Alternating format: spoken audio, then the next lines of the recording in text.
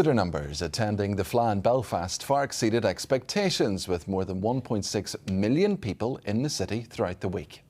Well, that was all made possible with large parts of Belfast closed off to traffic, and now there are calls for pedestrianisation for the city centre permanently. But would it benefit everyone? Jordan Moore has the story.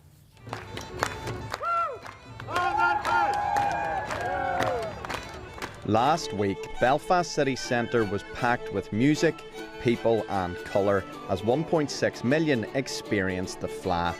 One thing was absent though: vehicles. Today it was roles reversed as cars and buses reclaimed the roads, and there are now calls to make pedestrianisation permanent. People were coming in and actually enjoying the city, not battling traffic. And it showed us what Belfast could be, you know. If we could pedestrianise it, open it up, have markets down the city centre, people able to really enjoy the city, that would be amazing. And we don't want this just to happen during the Fleadh. We want people to be able to benefit from this all year round. So pedestrianisation is really important. Absolutely a good thing.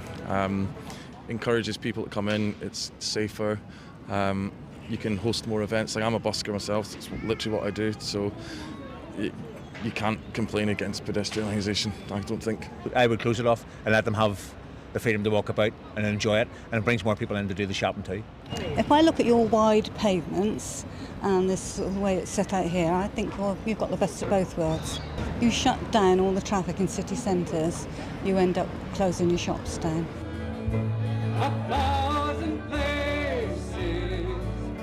Having to look both ways before crossing the road is not something you had to worry about in Belfast City Centre last week. But now that the town is back to normal, there are growing calls for pedestrianisation to be made permanent. But would it benefit everyone?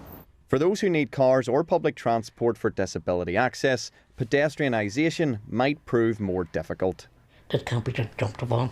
This needs to be probably spoke to us, what our problems are, what our issues are, what needs to be done, and to make sure that Belfast is not just a city for Belfast people, but it's a city for everybody to come and enjoy themselves. In a statement, Belfast City Council said pedestrianisation falls under the remit of the Department for Infrastructure, and the Minister was confident it could happen in the future.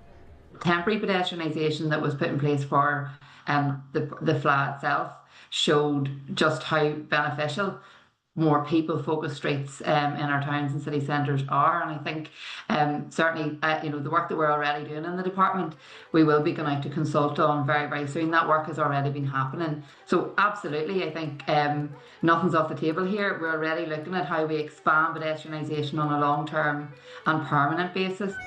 Despite the optimism, a consultation on the Eastern Transport Plan, which includes potential pedestrianisation of the city centre, is still to be published, meaning it could be a long road ahead.